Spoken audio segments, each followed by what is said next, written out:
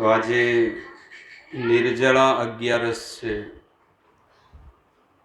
શાસ્ત્રમાં વર્ણન છે કે આખા વર્ષમાં લગભગ 24 એકાદશી આવતી હોય છે અને 24 એકાદશીમાં દરેક ભક્તોએ એ વ્રતનું પાલન કરવું જોઈએ. દરેક લોકોએ આ વ્રતમાં ભગવાનની પ્રસન્નતા માટે આ વ્રત કરવું જોઈએ.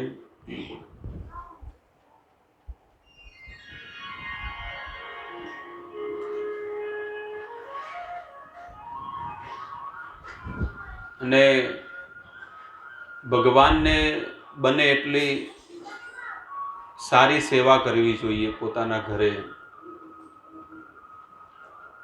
ગૃહસ્થ જીવનનું આ મોટું કર્તવ્ય બને છે કે એને પોતાના ઘરે ઠાકોરજીની સેવા કરવી જોઈએ. જ્યારે ભગવાન જોવે કે તમે ભગવાનની સેવા કરતા હોય તો ભગવાન તમારી પર બહુ પ્રસન્ન થાય. અત્યારે આપણે લગભગ 1 કલાક સુધી ભગવાનનું કીર્તન કર્યું, પોણો કલાક જેવું થયું. અને કીર્તન થયું ત્યારે ભગવાન બધી વસ્તુનું જોવે છે કે મારા માટે આ લોકો કેટલું નામ લે છે, મને યાદ કરે છે. તો ભગવાન એ ક્યારે ભૂલતા નથી. સંસારના માણસો અને દેવતાઓ અને આપણા પિતૃઓ બધા ભૂલી જાય છે, પણ ભગવાન ક્યારે નથી ભૂલતા. આપણા પિતૃઓને નૈવેદ્ય અર્પણ કરીએ તો ભોગ લગાવેલું યાદ રાખે, પણ જે દાડે ના લગાવ્યું હોય તો નડે છે ને, પ્રોબ્લેમ થાય. કોઈ બોટી ગયું હોય તો પ્રોબ્લેમ થાય. ભગવાનને લાગે તો ગેસ ઉપર ભજીયા તળતા હોય ને કોક 2-4 ખાઈ લે તો એ ભોગ લગાવે તો ભગવાન કોઈ દાડે નડતા નથી કે ભાઈ આવી વસ્તુ છે. પ્રભુ ભગવાન એક એવી વસ્તુ છે કે જ્યારે ક્યારે પણ જીવનમાં કોઈને દુઃખ નથી આપતા. જે ભજન કરે કે ન કરે બંનેને ભગવાન સુખ આપે છે.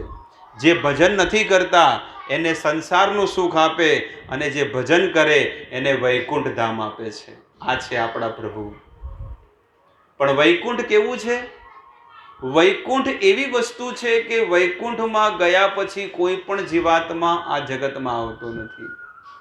જે જીવાત્મા ભગવાનનું ભજન કરે છે એ આ સંસારમાં સુખેથી જીવન જીવે છે અને જ્યારે એનું શરીર છૂટે એટલે ભગવાનના ચરણોમાં, ભગવાનના ઘરે પહોંચી જાય છે. 2 જગ્યાએ એને સુખ સુવિધા મળે છે. એટલા માટે ભગવાનની પ્રસન્નતા માટે ભક્તિ કરવી, એમને સમર્પિત થઈને જીવન જીવવું, આવા કાર્યમાં દરેક લોકોએ લાગેલું રહેવું જોઈએ.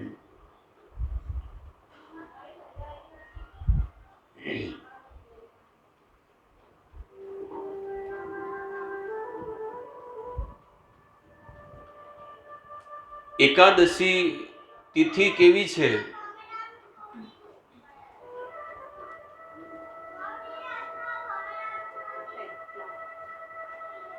શાસ્ત્રમાં લખેલું છે કે ભક્તિની જનની કોણ છે? આ ભક્તિ આપણે કરીએ છીએ એની માતા કોણ છે? ભક્તિની જનની કોણ છે? કોઈને ખબર છે? નથી ખબર. ભક્તિની જનની, ભક્તિની માતા કોણ છે? માધવ તિથિ ભક્તિ જનની. આ એકાદશી તિથિ છે ને એ ભક્તિ મહારાની જનની છે, માતા છે. એટલે કે જેને પોતાના જીવનમાં ભક્તિ વધારવી હોય એને આ એકાદશીની તિથિનું વ્રતનું પાલન કરવું જોઈએ. શાક ને રોટલા ન ખવાય એ દિવસે, 11ના દિવસે ન ખવાય. ભક્તિને વધારવી હોય તો તમારે 11 કરવી જોઈએ. અને 11 કરવાથી ભગવાન માધવ પ્રસન્ન થાય છે, ભગવાન કૃષ્ણ આપણી પર પ્રસન્ન થાય. એટલા માટે ભગવાનની પ્રસન્નતા માટે, આપણા ઘરમાં શાંતિ માટે, આપણા પરિવારના સુખ માટે આપણે આ વ્રતનું પાલન કરવું જોઈએ. અને આપણે વ્રતનું પાલન કરશું તો ધીરે ધીરે આપણા ઘરના પણ સદસ્યો બધા છે ને એ બધા વ્રતનું પાલન કરશે. એટલા માટે દરેક લોકોએ પાલન કરવું જોઈએ. એકાદશી તિથિ ભગવાનને પ્રસન્ન કરવા વાળી છે. 24 એકાદશી આવે અને આ 24 11 દરેક લોકોએ કરવી જોઈએ. અજવાળી ને અંધારી 2 11 આવે, કૃષ્ણ પક્ષ અને શુક્લ પક્ષ, આ 2 11 કરવી જોઈએ. શાસ્ત્ર કહે છે કે આ 2 11 જો કોઈ કરે અને પછી ઘણા લોકો એનું ઉજવણું પણ કરતા હોય. સાધુ સંતોને, ભક્તોને, વૈષ્ણવોને જમાડે, એમને દક્ષિણા આપે, ખૂબ સેવા કરે ભગવાનની. અને આ જ્યારે એકાદશી વ્રતનું પાલન કરે ને તો બહુ મોટી વસ્તુ એને પ્રાપ્ત થાય છે જીવાત્માને. એટલે દરેક લોકોએ આ વ્રતનું પાલન કરવું જોઈએ. દરેક લોકો 11 વ્રતનું પાલન કરતા હતા. ત્યારે ભીમ કહે છે કે હું 11 પાલન નથી કરી શકતો, મારાથી તો ભૂખ્યા રહેવાય, હું તો ભૂખ્યો નથી રહી શકતો. ત્યારે વેદવ્યાસ મહારાજને કહે છે કે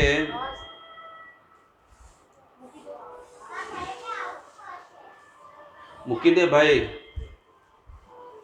મૂકી દે એક બાજુ, લઈ લો આ બાજુ મૂકી દો. તો બધું લઈને બહાર ક્યાં.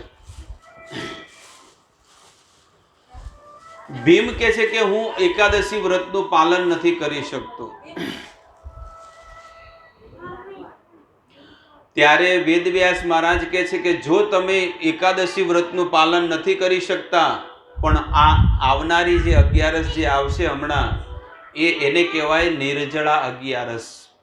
અને એ 11 જો તમે પાણી પીધા વગર જો તમે કરશો ને તો આખા વર્ષમાં જે 11 કરવાનું જે ફળ પ્રાપ્ત થાય ને એ તમને એક 11 કરવાથી પ્રાપ્ત થઈ જશે.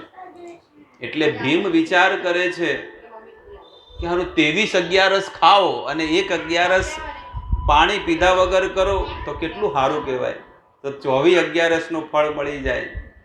એટલે ભીમ કે ઠીક છે કે હું એ 11 પાલન કરીશ. એટલે ભીમ એ આ 11 પાલન કરે છે. આજે જે નિર્જળા 11 આવે, આ વર્ષમાં સૌથી મોટી 11 કહેવામાં આવે, જેને કહેવાય નિર્જળા 11. પણ ભીમે આ 11 કરી એટલે એ દિવસથી નામ પડ્યું ભીમ 11. પહેલા નિર્જળા હતું પણ ભીમે 11 કરી એટલે ભીમ 11 કહેવામાં આવ્યું. ભીમ 11 કરે છે. આવી રીતે દરેક લોકોએ આ 11 વ્રતનું પાલન કરવું જોઈએ. ભગવદ્ ગીતામાં ભગવાન કહે છે કે હે અર્જુન, જેટલી પણ 11 છે આ જેટલા પણ વ્રત છે, 16 સોમવાર, ફૂલ કાજળી, મોળાગાત ને જીવંતિકા, આ બધા જે વ્રત છે ને, આ જેટલા પણ વ્રત કરતા હોય ને બધા 4 આના 8 આના વાળા છે. કેટલા? પાવલી વાળા. પણ જેટલા પણ વ્રત છે એમાં સૌથી શ્રેષ્ઠ જો કોઈ વ્રત હોય તો એકાદશી નામ તિથિ અહમ. ભગવાન કહે છે કે જેટલી પણ તિથિઓ છે, જેટલા પણ વ્રત છે, એમાં સૌથી શ્રેષ્ઠ જો કોઈ વ્રત હોય તો એકાદશી તિથિ છે. એ ભગવદ્ ગીતામાં 10મા અધ્યાયમાં ભગવાન કહે છે. એટલા માટે આ 11 વ્રતનું પાલન કરવું જોઈએ. એકાદશી વ્રત ઘણા લોકોએ આ વ્રતનું પાલન કર્યું છે અને એ વ્રતનું પાલન કરવાથી જીવને સુખ, શાંતિ ને સમૃદ્ધિ મળે છે. એકાદશીને કથા તો મેં તમને કીધી. અને બીજી કથા કે તમારે તુલસીની માળાને ગ્રહણ કરવી જોઈએ. તુલસીની માળા પહેરવી જોઈએ. દરેક લોકોએ પહેરવી. દરેક લોકોએ તુલસીની માળા પહેરવી જોઈએ. અને તુલસીની માળા પહેરવાથી શું થશે? તુલસીની માળા પહેરવાથી આ જીવાત્મા ભવબંધનમાંથી નીકળી જશે. જન્મ મૃત્યુનું જે ચક્કર છે ને એમાંથી માણસ નીકળી જશે. એટલે દરેક લોકોએ તુલસીની માળા ગળામાં ધારણ કરવી જોઈએ.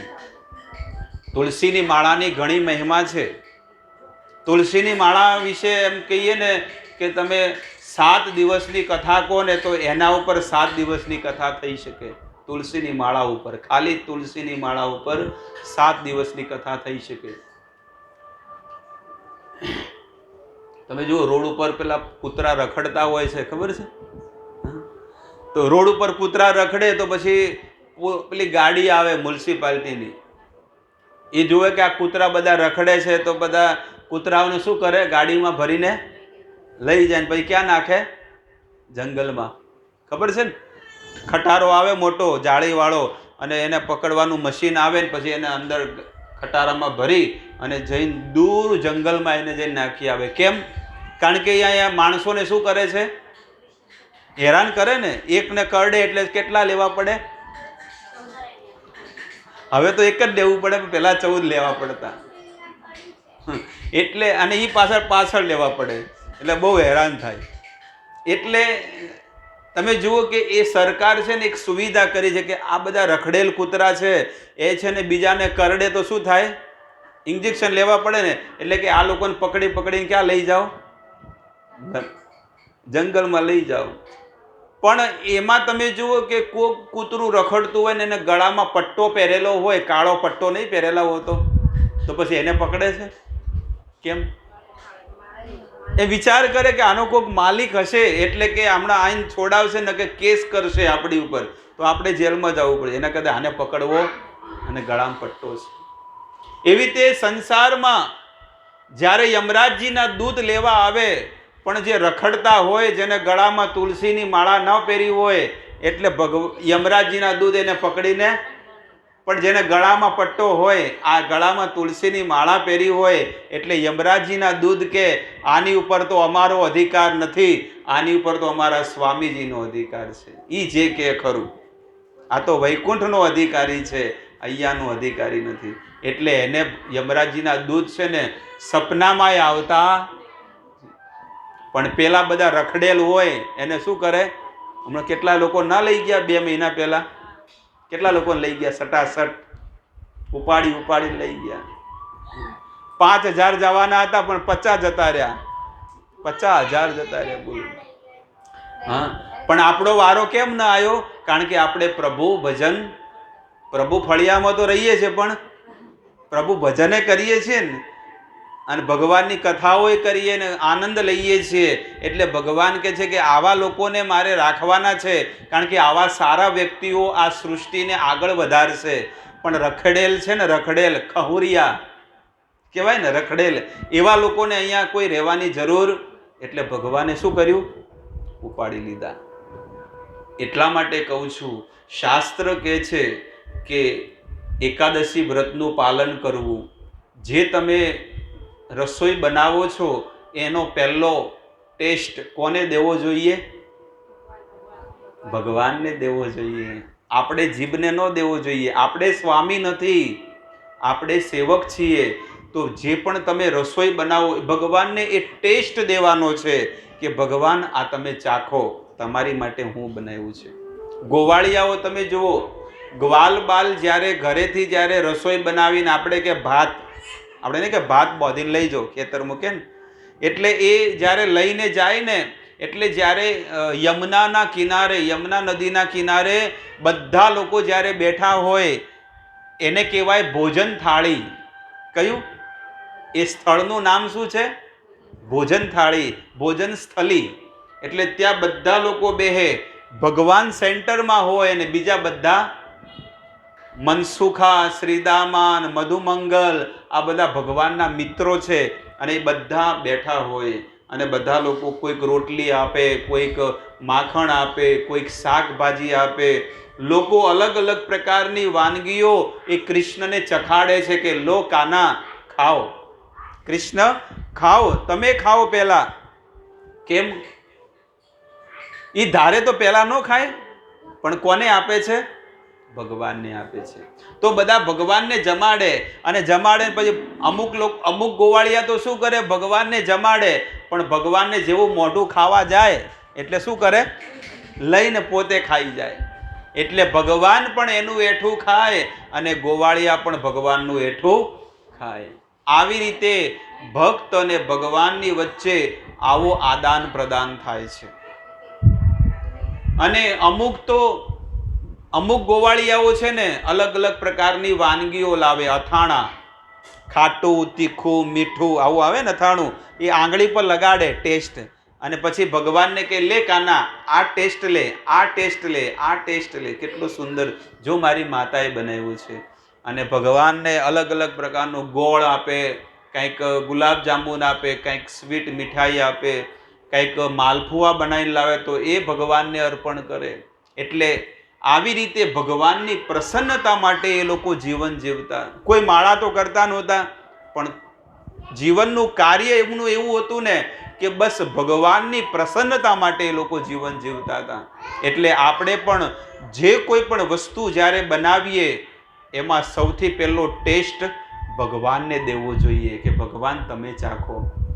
આપણે લાગે દાળનો ચમચો લઈને તપેલી ઉપર જ, ગેસ ઉપર જ ચાલુ થઈ જાય. કેવી બને, ખારી બને, ખાટી બને, મીઠી બની, તીખી બની, બોલો ક્યારે નહીં. એટલે એ આદત આપણી ખરાબ છે. ક્યારે પણ આ બધી વસ્તુ ન કરવી જોઈએ. બે હાથે ક્યારે જમવું ન જોઈએ. ઘણા લોકો તો એ થાળીને હેઠા હાથ લગાડે, જે હાથે ખાતા હોય એ હાથે જ ભાતનો દાળનો ચમચો અડાડે, ક્યારે નહીં.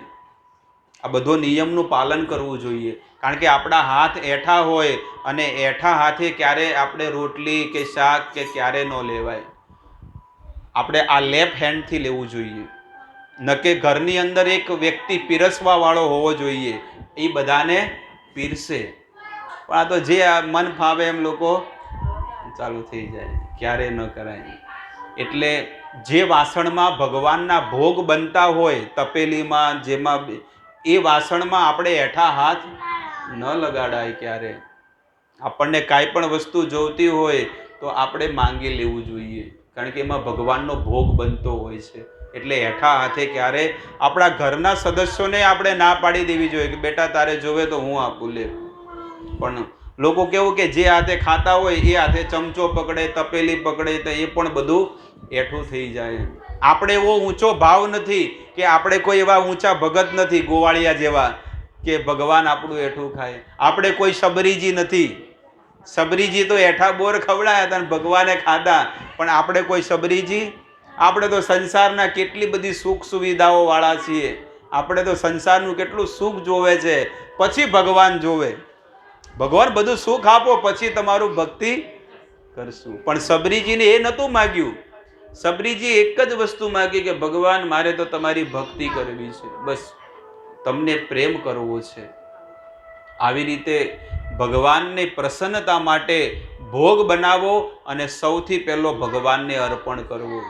જે થાળી, વાટકી, ગ્લાસ, ચમચી જે પણ હોય એ ભગવાનની અલગ રાખવી, એમાં કોઈ કાંઈ અડવું નહીં. આવી રીતે ભગવાનને ભોગ લગાવો. એકાદશી વ્રતનું પાલન કરો અને તુલસીની માળાને ગ્રહણ કરો. ગળામાં તુલસીની માળા પહેરવી જોઈએ. તુલસીની માળા પહેરવાથી મૃત્યુ પર તમે વિજયની પ્રાપ્તિ કરશો. કારણ કે કયા સમયે તમારો જીવ જતો રહેશે ખબર નહીં પડે. એટલા માટે તુલસીની માળા પહેરવી જોઈએ દરેક લોકોએ. ગળામાં તુલસીની માળા હોવી જોઈએ. અને ચોથી વસ્તુ, મુખમાં શું હોવું જોઈએ? 335 ભગવાનનું નામ હોવું જોઈએ. એવું ને ઘણા બીજાની નિંદા કરવી નહીં.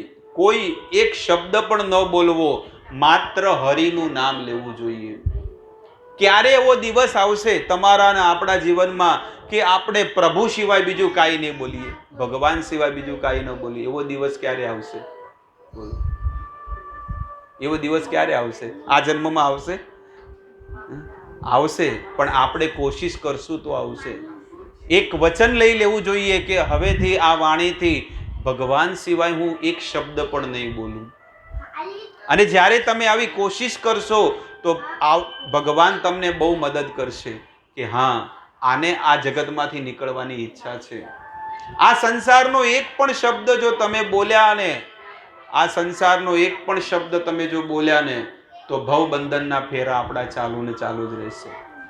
એટલે ભગવાનની વાતોને સાંભળવી, ભગવાનની વાતોને બોલવી અને ભગવાનના ગુણ ગાવા, આ આપણા જીવનનું લક્ષ્ય હોવું જોઈએ.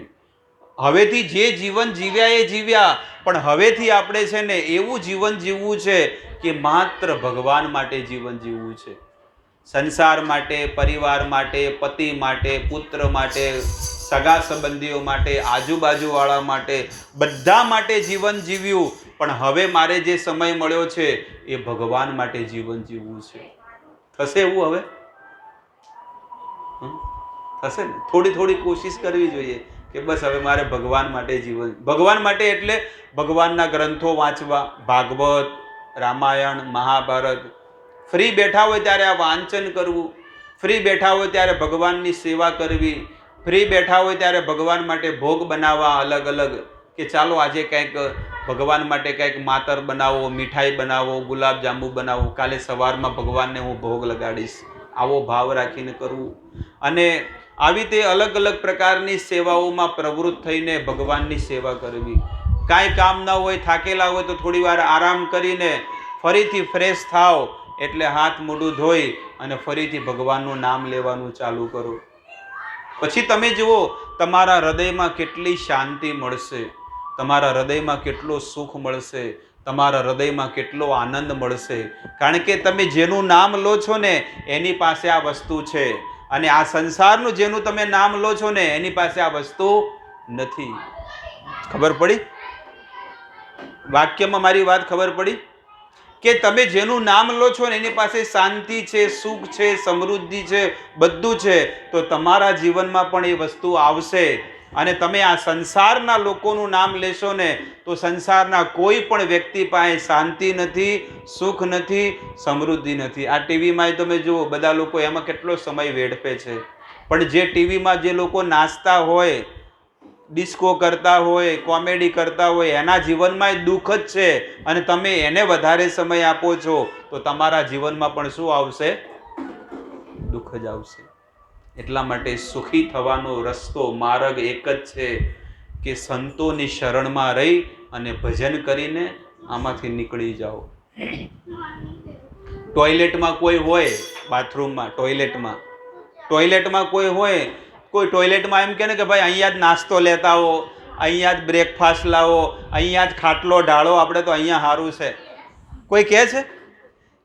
આ તમને એટલા માટે મેં આ વાત કરી કે ટોયલેટમાં માણસ 2 મિનિટમાં એની વિધિ પટાવીને બહાર આવી જાય છે, એ ત્યાં રહેતો. એવી રીતે શાસ્ત્ર પણ એ જ કહે છે કે જેમ ટોયલેટ જેવું છે એવું આ જીવન પણ આવું જ છે, આવું જ જીવન છે. આપણે બધાએ અનુભવ કરેલો છે, પણ તોય આપણને આ સંસાર સારો લાગે છે. જ્યારે માતાના ગર્ભની અંદર બાળક રહે છે 9 મહિના સુધી, તમે જુઓ એની કેવી ગંદી સ્થિતિમાં એ બાળક રહેતું હોય છે. જ્યાં મળ અને મૂત્ર એક ભેગું થાય ને એમાં એ બાળક ડૂબેલું હોય છે 9 મહિના સુધી. આ શાસ્ત્ર વાંચો ત્યારે આપણને ખબર પડે. એટલે તમે જુઓ, બાળકનો જન્મ થાય છે એટલે ઓલી નર્સ છે ને, કોટનનું રૂ આવે ને એનાથી બધું કેમ સાફ કરે છે? કારણ કે આખા શરીર પર ગંદકી લાગેલી હોય છે. આવી સ્થિતિમાં આપણે જીવન જીવીને આવ્યા છીએ, અને એક જન્મ નહીં, આવા કેટલાય જન્મોથી કેટલી વાર આપણે જન્મ લીધો ને કેટલી વાર મર્યા, રાખ થઈ ગયા, રાખ શમશાનમાં. હવે આપણને ઉપાડીને લઈ જશે ફરીથી. ભલે ગમે જેટલી ડાય કરાવો, ગમે જેટલા કલર કરાવો, પણ તોય એ તો મરવાનું તો કોઈ એમ નહીં કહે કે ના ના અમે ડાય કરાવી એટલે અમે જવાન થઈ ગયા. એ વેમમાં રહેવાનું જ નહીં, એવી વેમ રખાય જ નહીં. એટલે ભગવાને જે આપ્યું છે એમાં એ સ્થિતિમાં રહેવું જોઈએ કે ના, ઘડપણ આવી ગયું છે તો હવે ઘડપણની તૈયારી, મોતની તૈયારી કરો. પણ આપણે શું કરીએ? બ્યુટી પાર્લરમાં જઈએ, ફેશનમાં જઈએ, આ કરીએ ને ઓલું કરીએ, કલાકો ઓછી એમાં બગાડીએ. એના કરતાં એ સમય ભગવાનની માળામાં ન વિતાવીએ. આ તો લઈને બરસ લઈને બેસી જાય, અને પાછળનો કે દેરાણીને કહી દે પાછળનો ભાગ જવા દે, એમાં અડધા રહી જાય ને અડધા ડાઘા પડે ને. બોલો, એટલે એવું કામ જ ન કરાય. ધોળા થાય ને રોજ તમે દર્પણમાં જુઓ ને તો કે હા અમે ઘરડા થયા છીએ હવે, એટલે હવે મારે પ્રભુ તરફ વળવું છે. પણ કાળા કર કરો ને તો કે હજી લગ્નમાં જ આવું છે. પાર્ટીમાં જવું છે, ખબર પડી? એટલે શું કરવાનું હવે? ધોળા જ રાખવાના. એટલે ઈચ્છા થાય માળામાં હાથ નાખવાની ઈચ્છા થાય, પણ કાળા કરો એટલે પિક્ચરમાં જવાની ઈચ્છા થાય. એટલે કે છે કે ભાઈ જે સ્થિતિમાં છે એ સ્થિતિમાં તમે રહો. આ શરીર છે ને એ નબળું પડવાનું છે. આ શરીર એક દિવસ છે ને ખાટલામાં પડી જશે, અને આ શરીરના જે ખાઈ ખાઈને જે માંસ બનાવ્યું છે ને, એક દિવસ ખાલી હાડકા દેખાશે શરીરમાં. આ શરીરને તમે બહુ સુખી કર્યું છે, પણ એક દિવસ છે ને ચમચી ચમચી પાણી પણ નહીં પીવે. આ દશા આવી એવી ભૂંડી આવશે. એટલે કે છે કે જ્યાં સુધી તમારા શરીરમાં શ્વાસ ચાલે છે, જ્યાં સુધી તમારા શરીરમાં તાકાત છે, ત્યાં સુધી તમે આ તાકાતનો આ ઉપયોગ ભગવાનની સેવામાં કરી લો. ન કે આવો સમય પછી નહીં આવે.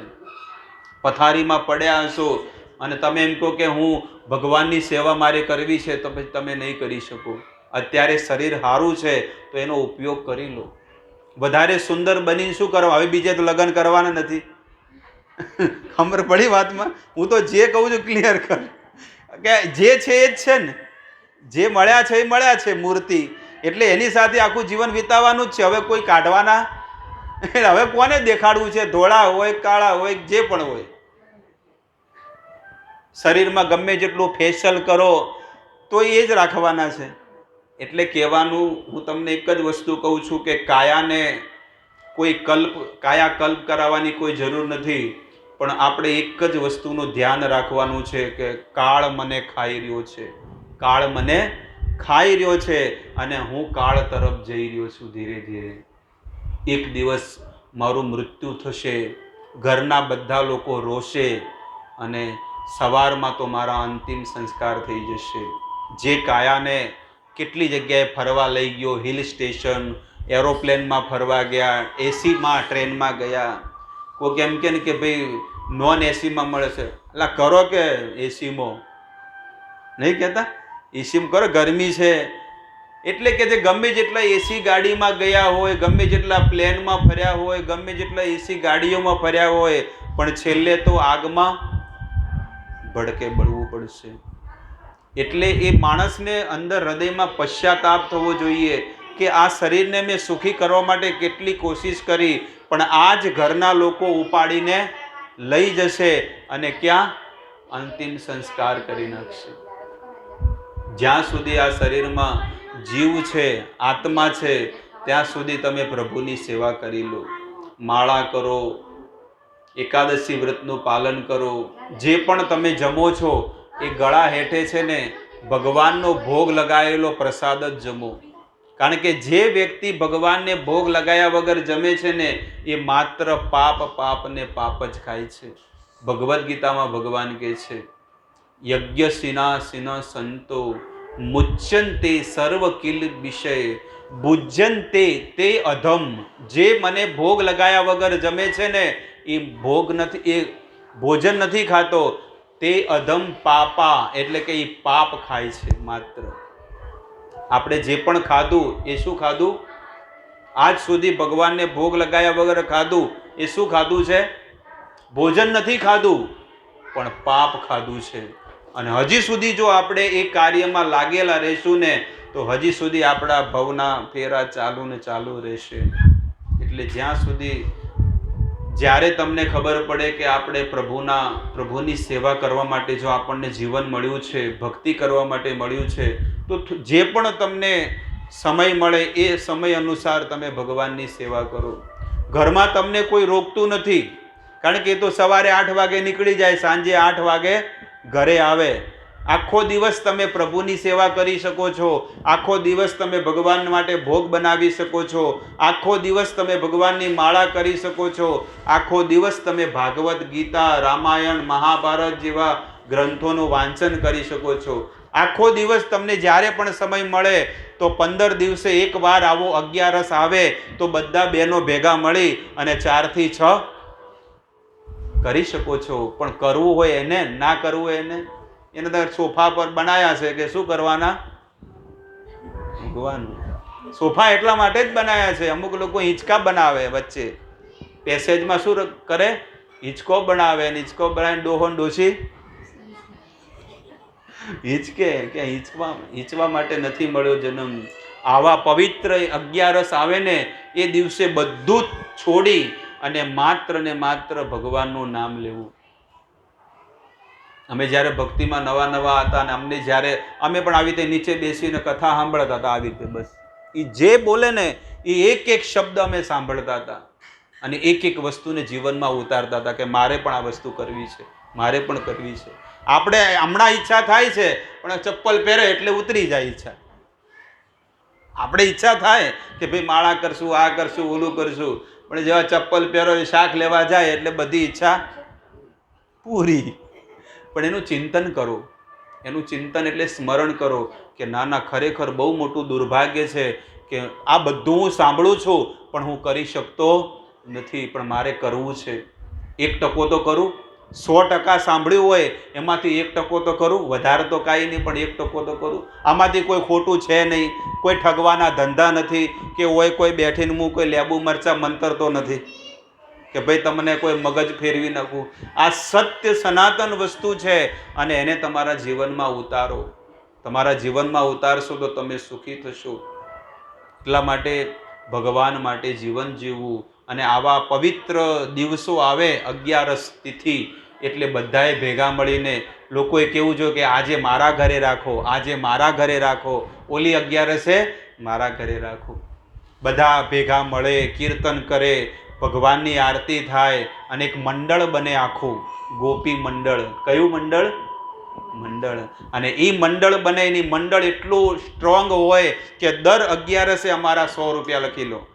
અને આ મંડળને દર 11 બધી બહેનો ભેગી થાય અને 50 બહેનો ભેગી થાય અને દરેક ભક્ત 100 રૂપિયા 50 રૂપિયા આપે ને એ જ્યારે ભેગું થાય તો 6 મહિનામાં તમારે કેટલું ભંડોળ ભેગું થાય.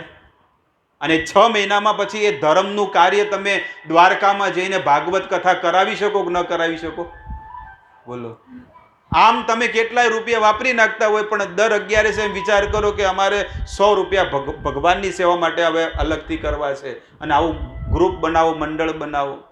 છે કે નહીં? થાય કે ન થાય? કરવું તો એના માટે બધું છે અને ન કરવું તો કાંઈ નહીં. પણ તમે દર વખતે આવું આયોજન કરો કે ના, આ વખતે અમારે દ્વારકામાં ભાગવત કરાવવું છે, આવતી વખતે જ્યારે ભેગા થાય તો અમે વૃંદાવનમાં કરાવશું અને પછી ભેગા થાય એટલે અમે હરિદ્વારમાં કથા કરાવશું. કે કોને કરાવી? કે આ મંડળ દ્વારા થઈ. ધરમપુર યોગ ગોપી મંડળ. એક પેલું શું કહેવાય, એક કમિટી બની ગઈ કે ધરમપુર ગોપી મંડળ. અને એ મંડળ દ્વારા આ આટલું સુંદર આયોજન, કોઈ ખર્ચો નથી. કેટલું તમને પુણ્યના કેટલા ભાગીદાર બનશો. એટલે આવો રસ્તો તમને, આવો માર્ગ કોણ બતાડે? મેડિકલ વાળા બતાડે છે? મોલ વાળા બતાડે? પણ સાધુ સંતો તમને બતાડે છે કે તમે જે ધન કમાણા છો એ ધનને થોડુંક પણ તમે કેવી રીતે ધર્મમાં લગાડી શકો છો.